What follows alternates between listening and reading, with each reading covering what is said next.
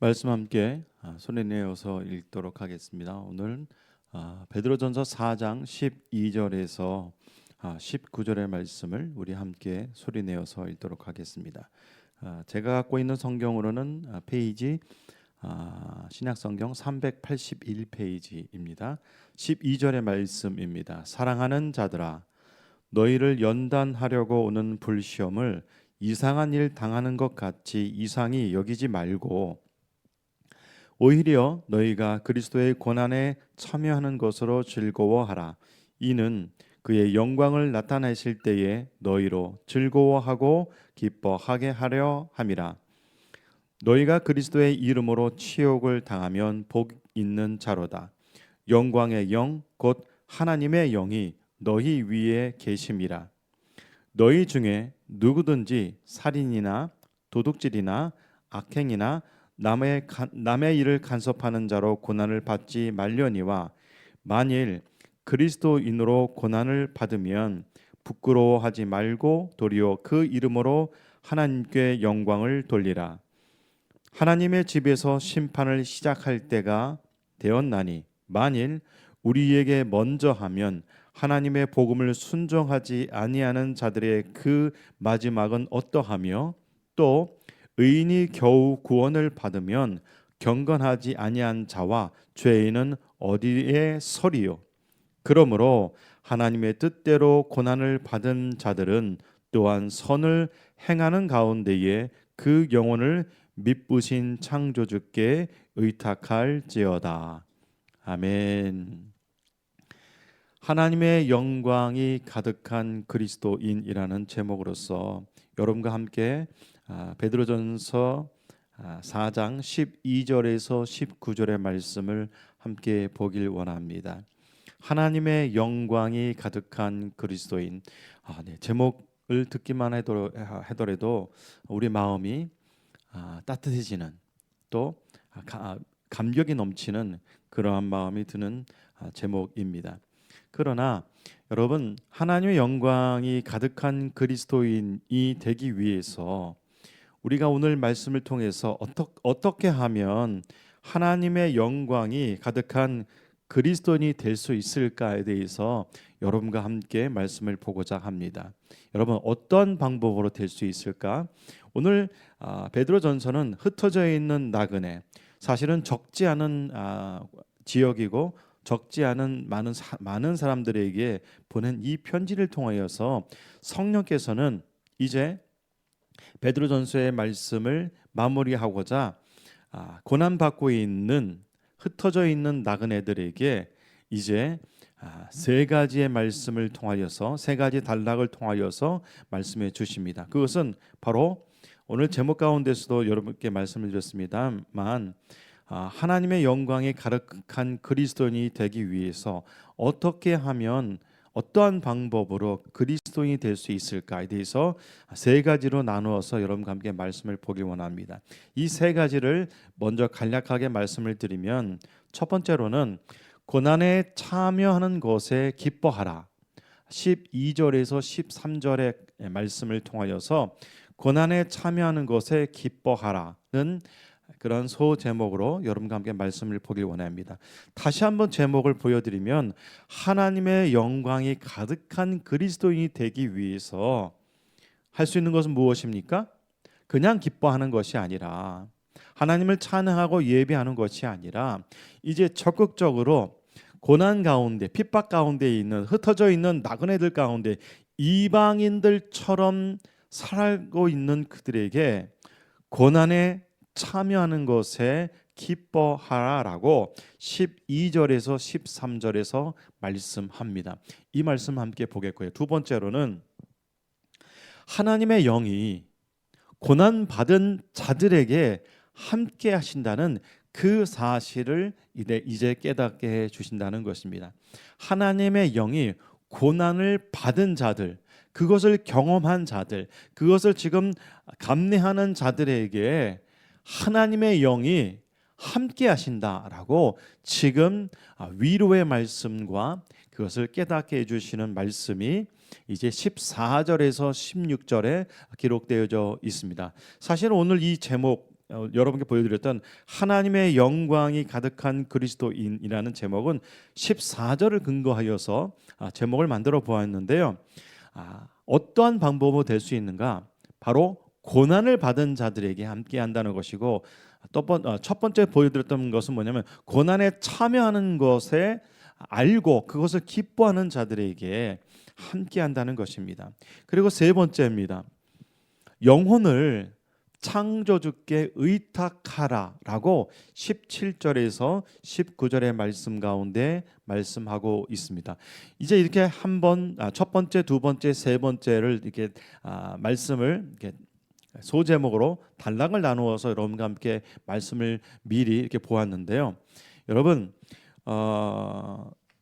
하나님의 영광이 가득한 그리스도인은 마냥 기뻐한다고 하여서, 우리가 주님께 예배한다고 하여서, 또 어떻게 보면 우리 마음 가운데 하나님 향한 그 기쁨과 감사가 넘친다고 해서 하나님의 영광이 가득한 그리스도인이 아니라, 오늘 베드로전서 4장 12절과 19절의 그 말씀 안에서만 오늘 이 말씀을 보게 된다면, 하나님의 영광이 가득한 그리스도인은 고난 가운데 있는 고난을 극복하고 있는 그런 사람들에게, 그런 그리스도인들에게 하나님의 영이 함께 한다고 지금 말씀하고 있습니다. 어떻게 보면 우리가 생각하고 우리가 기대하는 것과는 주의 말씀은 어떻게 보면 전혀 다른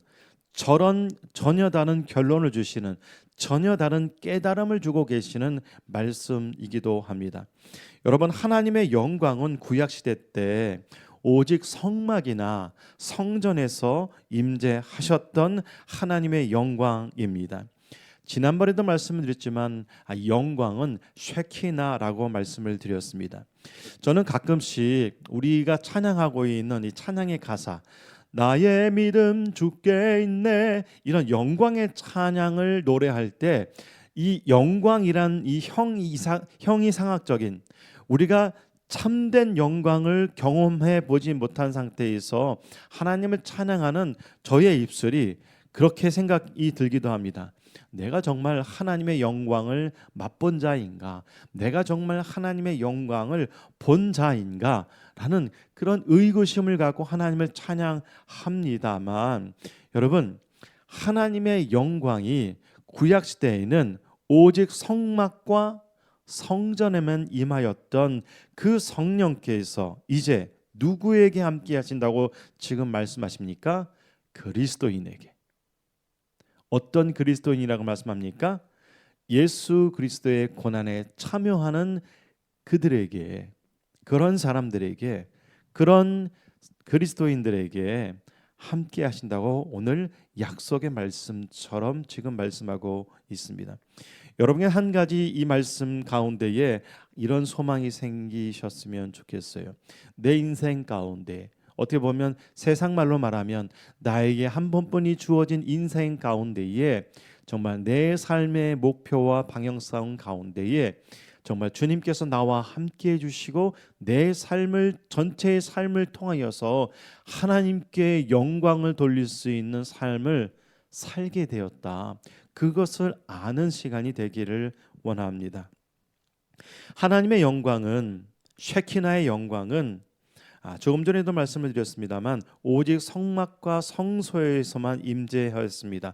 그러나 예수님께서 구원의 십자가로 말미암아, 구속의 은혜로 말미암아 어떤 특정한 장소나 어떠한 특별한 인물에게만 역사하는 것이 아니라 오늘 제목에서와 같이 14절처럼 그리스도인, 즉 예수를 믿는 자에게, 특별히 예수 그리스도의 이름으로 치욕을 당하는 자에게 하나님의 영광의 영, 하나님의 영이 함께 계신다고 약속하십니다.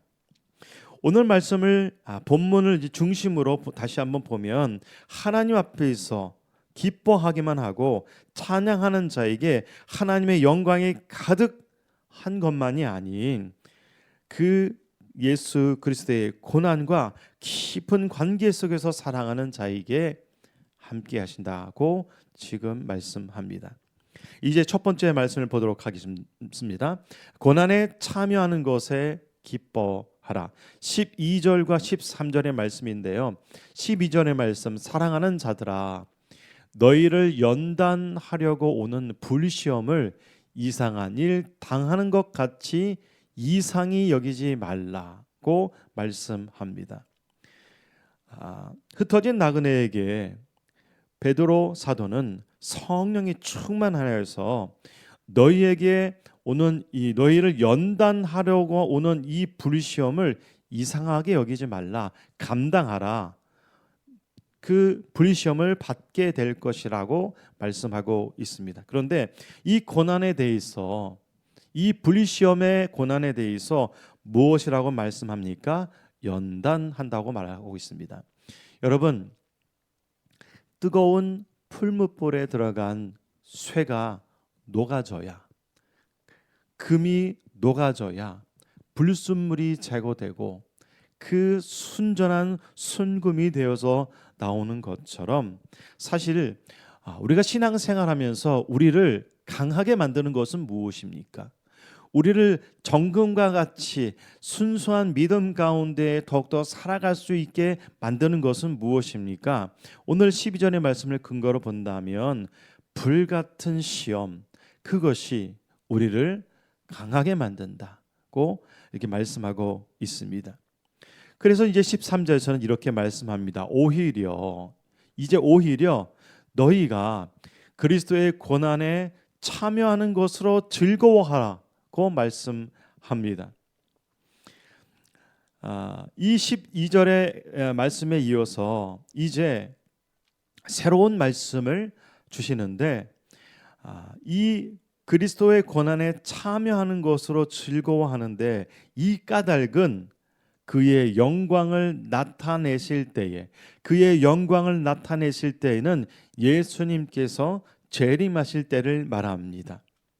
그리고 너희로 즐거워하고 기뻐하게 하려 함이라고 말씀하고 있습니다.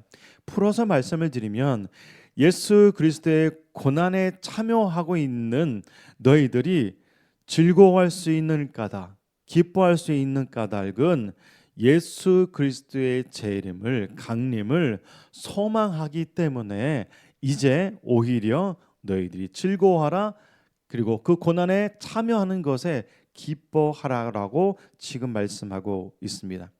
여러분, 예수님을 만날 때, 공중에서 만날 때 어떤 사람이 가장 기뻐하고 가장 즐거워하겠습니까? 이 말씀을 근거로 본다면 여러분, 예수를 믿었지만 일신의 문제에만 몰입하다가 살았던 사람이 예수님을 감격적으로 만날 수 있겠습니까? 아닙니다. 예수 그리스도의 고난에 참여한 자, 그 경험이 있는 자가 신랑 되신 예수를 만났을 때에 감격과 기쁨이, 환호가, 찬양이, 환호성을 칠 수 있게 된다는 것입니다. 예수님의 고난에 참여했던 사람, 그 경험이 있는 사람, 그렇게 살았던 사람, 예수 그리스도의 삶을 따라서 부단히 영적으로 땀 흘리면서 살아낸 그리스도의 고난에 참여한 그런 사람이 참으로 즐거워하고 참으로 기뻐할 수 있다라고 지금 이렇게 13절에서 말씀하고 있습니다. 여러분, 그래서 현재의 삶 가운데에 이 시대에도 그리스도의 고난에 참여한 것으로 인하여서 우리는 즐거워할 수 있는 근거, 까닭이 된다는 것입니다. 여러분, 사실은 예수를 믿는다는 것은, 그리스도인이 된다는 것은 행복하고 즐거운 일만 있는 것은 아닙니다. 여러분이 많이 참된 그리스도인이라면 세상은 여러분을 공격하게 될 것입니다. 예수님도, 또한 요한도, 바울도, 지금 13절에서 기억하고 있는 베드로 또한 똑같이 지금 강조하는 것은 무엇입니까? 예수 믿게 되면 고난과 핍박이 있을 수밖에 없다라는 것이 계속해서 성경에서 말씀하고 있는 그 증거가 된다는 것입니다. 예수님께서는 요한복음 15장 20절에서 이렇게 말씀하셨습니다. 사람들이 나를 박해하였은즉 너희도 박해할 것이다. 박해게 있다라고 말씀하셨고, 요한도 요한 1서 3장 13절에서 형제들아 세상이 너희를 미워하여도 이상히 여기지 말라라고 말하고 있습니다. 즉 세상은 예수 믿는 자들을 미워할 수밖에 없다라고 지금 말씀하고 있다는 것입니다. 로마서 8장 16절과 17절에서 바울 또한 이렇게 기록하였습니다. 16절 성령이 친히 우리의 영과 더불어 우리가 하나님의 자녀인 것을 증언하시나니 17절 말씀 자녀이면 또 상속자 곧 하나님의 상속자요 그리스도와 함께 한 상속자니 우리가 그와 함께 영광을 받기 위하여 고난도 함께 받아야 할 것이니라 고 말씀하고 있습니다. 여러분, 제가 예수님 또한 요한 그리고 바울 오늘 13절에서 말씀하고 있는 오히려 너희가 그리스도의 고난에 참여한 것으로 즐거워하라 고 말씀하고 있는 것을 계속해서 반복해서 말씀을 드렸습니다. 여러분, 성경에서 말씀에서 그리스도인에게 고난이 지금 있다고 말씀합니까? 없다고 말씀합니까? 있다고 말씀합니다. 여러분, 그 이유는 무엇 때문이라고 여러분 생각하십니까? 그 이유는 예수를 잘 믿고 있기 때문에, 참으로 잘 믿고 있기 때문에 세상으로부터의 고난과 핍박은 있다라고 지금 말씀하고 있습니다. 그래서 오히려 여러분에게 하나님의 영광이 가득한 그리스도인이라는 제목을 말씀을 드렸습니다만, 가만히 보니 우리의 생각과 우리의 기대와는 전혀 다르게 하나님의 영광이 가득한 그리스도인은 어떠한 사람이냐? 고난에 참여한 사람이 바로 하나님의 영광이 가득한 사람이 될 수 있다는 것입니다. 여러분, 이 사실을 믿음으로 받으시고 또 우리의 삶 가운데에 반응하시길 바랍니다. 사도행전에서도 보면 바울의 1차, 2차, 3차 또한 마지막 로마에 이르는 그 복음의 여정 가운데에 그 어떤 한순간도 순탄한 일이 있었습니까? 전혀 없었습니다. 그것이 성경의 증거입니다. 좀 이렇게 강하게 말한다면 예수 믿는다는 것은, 이 세상 가운데 예수 믿고 살고 있다는 것은 사실은 쉽지 않은 일이 되어야 한다는 것이 우리의 깨달음이 되어야 합니다. 여러분, 고난에 참여하는 것으로 인하여서 기뻐하시기 바랍니다. 우리의 삶 가운데서도 예수 믿는 것 때문에 고난이 오는 것, 또한 핍박이 오는 것, 때로는 외면당하는 것, 그것을 통하여서 여러분이 힘들어하고 외로워할 필요가 전혀 없다는 것입니다. 왜냐하면 예수 그리스도의 영광이 나타나실 때에, 예수 그리스도를 공중에서 재림하실 때에, 우리가 만날 때에 우리가 언젠가는 정말로 참으로 즐거워하고 기뻐할 수 있는 날이 오기 때문이라는 것입니다. 그래서 여러분, 다시 한번 질문을 드립니다만, 예수 그리스도를 믿는다는 것은 고난이 있다라고 말씀을 드릴 수가 있습니다. 빛은 어두움과 함께할 수 없고 진리는 어두운 세력과 동행할 수 없기 때문이라는 것입니다. 자, 이제 두 번째입니다. 하나님의 영이 고난받은 자들에게 함께 하신다. 14, 15, 16절의 말씀을 함께 보길 원합니다. 여러분, 하나님의 영, 오늘 14절에 보면 영광의 영이 하나님의 영입니다. 영광의 영, 곧 하나님의 영이 너희 위에 계신다고 말씀하고 있습니다. 이는 매우 문학적인 표현입니다만 여러분, 하나님의 영이 고난 받은 자들에게 함께 하신다는 사실에 대해서 다시 한번 여러분을 믿음으로 잘 받길 원합니다. 어떤 자에게 영광의 영, 하나님의 영이 계시는가? 그리스도의 이름으로 치욕당하는 자에게. 베드로전서 4장 14절에서 말씀하고 있는 여러분, 복 있는 사람은 어떠한 사람입니까? 여러분이 기대하는 그 복은 무엇입니까? 그러나 14절에서 말씀하고 있는 그 복은 어떠한 근거로 받게 되는 그 복이라고 지금 말씀하고 있습니까?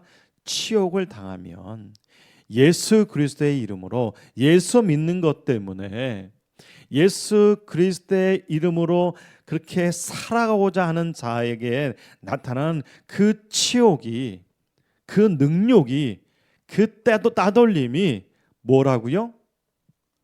복이라고 말씀하고 있습니다.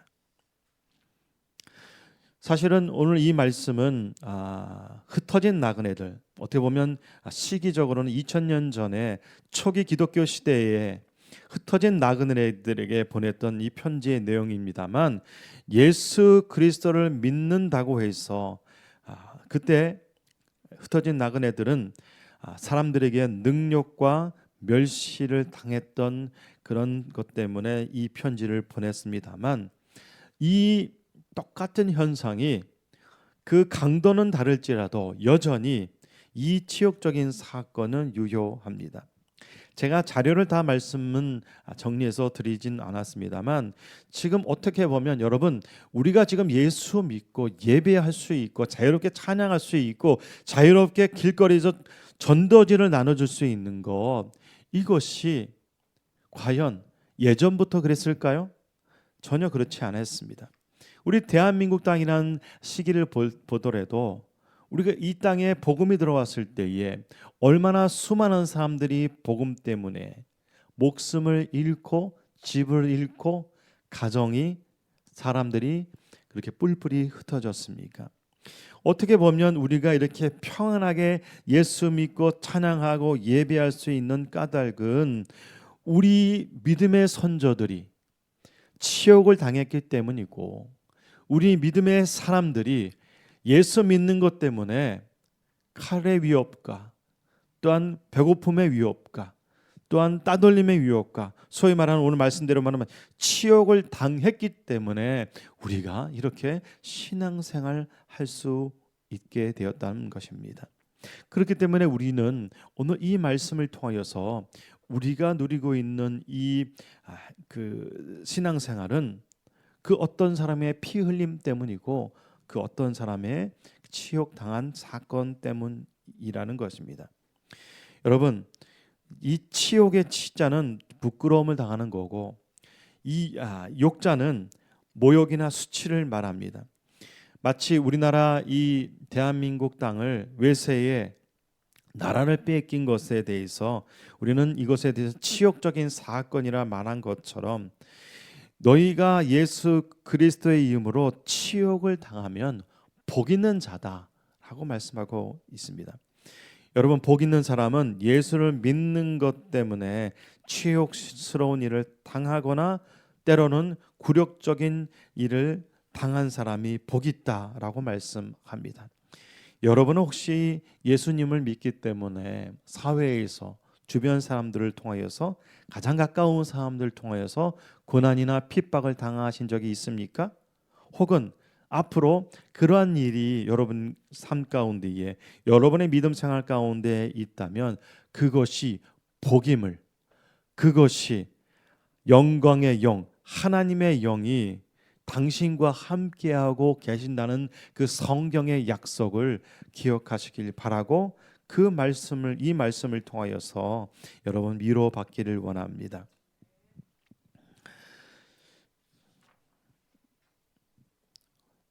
하나님의 영광은 다르게 표현하면 쉐키나라고 조금 전에 말씀을 드렸습니다만, 이 쉐키나는 사실은요, 고린도전서 6장 19절에서 보면 우리 몸이 성전이라고, 성령이 전하는 거하시는 성전이라고 말씀하고 있습니다. 교회 건물은 성전이 아닙니다. 뭐 여담으로 성전에 가서 기도하는 것이 기도가 잘 된다. 물론 그런 장소적인 의미 때문에 우리 마음이 이렇게 안정감을 얻었기 때문에 기도가 잘 나올 수도 있겠습니다만, 여러분, 이제 예수께서 우리를 위하여서 십자가 지심으로 말미암아 이제 성전의 시대는 끝나고 이제 몸의 성전의 시대가 열렸다는 사실을 다시 한번 기억하시길 바랍니다. 그래서 요한복음 1장 14절과 15절에 보면 이제 성막에 임하였던, 성전에 임하였던 하나님의 영광이 이제 어떻게 오셨는가? 예수 그리스도로 오셨는데, 이제 그 예수 그리스도께서 오신 그 영광에 대해서 요한복음 1장 14절에서 이렇게 기록하고 있습니다. 말씀이 육신이 되어 우리 가운데 거하심에 우리가 그의 영광을 보니 하나 아버지의 독생자의 영광이요 은혜와 진리가 충만하더라고 이렇게 말씀하고 있습니다. 여기서 말씀하시고 있는 독생자의 영광, 이 영광이 바로 오늘 말씀하고 있는 고난과 핍박 가운데 영광의 영이 너희들 가운데, 너희들 위에 계신다는 그 영광과 같은 영광이 함께 하신다는 것입니다. 여러분, 그렇다면 우리는 지금 예수 그리스도를 믿고 있다는 사실은, 예수 그리스도를 잘 믿고 있다는 사실은 우리 가운데 지금 우리와 함께 하시는 성령께서 함께 하신다, 우리와 함께 하시는 그 사실로 인하여서 우리가 하나님의 영이 함께 하시기 때문에 그 고난에 동참할 수 있는 힘이 되고, 동참할 그 고난을 이겨낼 수 있는 까닭이 된다는 것입니다. 그렇기 때문에 여러분, 하나님의 영이 고난받은 자에게 함께 하신다는 사실을 여러분 믿기를 바랍니다. 세 번째입니다. 세 번째 17절과 19절의 말씀인데, 영혼을 창조주께 의탁하라고 지금 이게 이렇게 말씀합니다. 17절에 보면 하나님의 집에서 심판을 시작할 때가 되었나니 만일 우리에게 먼저 하면 하나님의 복음을 순종하지 아니하는 자들의 그 마지막은 어떠하며 또 의인이 겨우 구원받으면 경건하지 아니한 자와 죄인은 어디에 서리요? 라고 지금 말씀하고 있습니다. 여러분, 의인이 겨우 구원을 받으면 경건하지 아니하는 자와 죄인은 어디 있느냐라고 지금 말하고 있습니다. 사실은 하나님께서는 우리를 향한 구원의 문은 열어놓으셨습니다. 하지만 이 말씀은 어떤 말씀이냐면, 의인이 겨우 구원을 받으면, 이 말은 뭐냐면 그만큼 예수 믿고 살아가는 것이 어렵다, 힘들다라고 지금 말하는 것과 같은 말씀입니다. 그래서 19절에서 보면 이제 어떠한 태도로 살아야 되느냐? 그러므로 하나님의 뜻대로 고난을 받은 자들은 어떻게 해야 할까요? 선을 행하는 가운데 그 영혼을 미쁘신 창조주께 의탁할지어다라고 지금 명령하고 있습니다. 미쁘신 창조주께, 여기서 말씀하시는 미쁘신이라는 뜻은 신실하신, 신뢰할 수 있는 창조주 하나님께 모든 것을 의탁하라고 말씀하고 있습니다. 여러분, 만약에 믿음 때문에 고난을 당한다면 그것은 하나님의 뜻 가운데에 받고 있는 고난이 되는 것입니다. 여러분, 때로는 우리가 신앙생활하면서 내가 고난 당할 때에, 내가 핍박 당할 때에 우리는 가끔씩 이런 착각을 할 수도 있습니다. 내가 이 당하는 고난과 핍박이 내가 하나님께서 나에게 주시는 어떠한 큰 사인인가? 어떤 의미가 있는가? 라고 생각할 수 있습니다. 그러나 너무 영적으로 과민한 것은 그렇게 좋지 않습니다. 오히려 여러분이 고난당하고 그 핍박당하고 있는 그 상태가 그대로 유지하고 있는 것은 하나님께서 전혀 관련하지 않은 것, 하나님께서 전혀 간섭하지 않는 것이라고 생각하실 수 있겠습니다만, 우리 모든 예수 그리스도를 믿는 모든 사람들에게 일어나는 그 고난과 핍박은 하나님의 뜻에 따른다는 사실을 아시길 바랍니다. 오히려 내가 내 영혼을, 내 육신의 힘을, 내 삶을 어떻게 해보려고 하지 말라는 것입니다. 물론 우리의 삶을 위해서 계획하고 준비하는 거겠지만, 어찌 우리의 삶이 계획한 대로, 우리가 준비한 대로 그렇게 다 진행되는 사람이, 착착착 진행되는 사람이 그 누가 있겠습니까? 그러나 오늘 말씀 가운데 주시고 있는 그 말씀은 무엇입니까?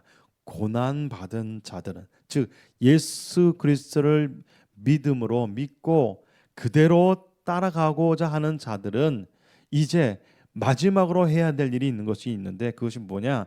그 영혼을, 그 삶을 창조주 하나님께 의탁하라 라고 지금 말씀하고 있습니다. 여러분, 의탁한다는 것은 마치 예수님께서 십자가상에서 당신의 죽음을, 그리고 그 이후의 부활 사건을 하나님께 온전히 맡기셨다, 이 맡기셨다는 표현과 오늘 19절에 말씀하고 있는 이 의탁할지어다는 같은 동의어, 같은 표현입니다. 예수님의 삶을 가만히 보면, 여러분, 우리는 보통 예수님 하면 전지전능하시고 또 모든 병자들을 치유하시고, 그리고 모든 연약한 것을, 약한 것을 강하게 낫게 해주시는 우리 전지전능하신 하나님의 아들 예수 그리스도로 보고 있는데, 여러분, 사람 예수로 오신 그 예수님의 삶의 모습을 가만히 보시면, 어떻게 보면 예수님의 가장 인간적인 모습 가운데 보여주셨던 그 삶의 모습이 우리로 하여금 무엇을 도전케 하냐 하면, 너희도 또한 인간적으로 살 때에 예수님처럼 온전히 살아계신 하나님께 의탁하는 삶을 따라가라, 그런 삶을 보여주셨던 그런 예수님의 삶이라는 것입니다. 예수님께서는 당신의 모든 그런 지친 마음을, 생각을, 당신의 영혼을 하나님 아버지께 맡기셨습니다. 의탁하셨습니다. 여러분, 그렇기 때문에 우리가 고난과 핍박 가운데, 어려운 가운데 있을 때에 우리가 꼭 잊지 말아야 할 것이 있습니다. 그것은 뭐냐면 모든 것을 하나님께 의탁한다는 것입니다. 의탁해야만 한다는 것입니다. 여러분, 당신을 창조하신 하나님께 당신이 맡길 수 있는 것은 무엇입니까? 신뢰를 맡기시겠습니까? 아닙니다. 우리의 모든 주도권을 하나님 앞에서 승복하는 것입니다. 항복하는 것입니다. 그것이 바로 의탁하는 삶이라는 것입니다. 여러분, 우리는 지금 베드로전서를 통하여서 한 가지 집중해서 보아야 될 말씀이 16절에서 있었습니다. 여기서 보면 만일 그리스도인으로 고난을 받으면으로 이렇게 기록하고 있습니다. 사실 성경에서는 이 그리스도인이라는 단어가 딱 3번뿐이 나오지 않는데, 베드로전서에서도 베드로 또한 그리스도인이라는 이 명칭을 정확하게 기록해 놓았습니다. 여러분, 지난번에는 말씀을 드렸습니다만, 그리스도인으로 산다는 것, 예수를 믿는 사람으로 산다는 것, 그것이 그 이름조차가 우리의 모든 총칭이 되어야 하겠습니다. 예수 믿는 누구? 예수 믿는 사장, 예수 믿는 부모, 예수 믿는 자녀, 예수 믿는 그 누구. 여러분, 이 그리스도인이라는 것은 사실은 엄밀하게 말하면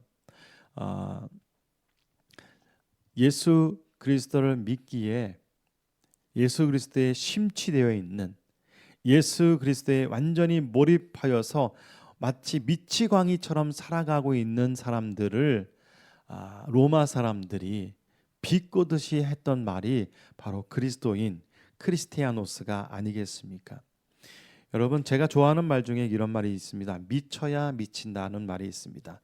무언가를 성취하기 위해서는 그 일에, 그 행동에 완전히 미쳐야 그것을 성취할 수 있다라는 말이 있습니다.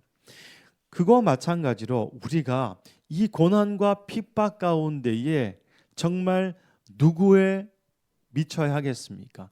무엇 때문에 살아가야 되겠습니까? 바로 예수 그리스도라는 것입니다.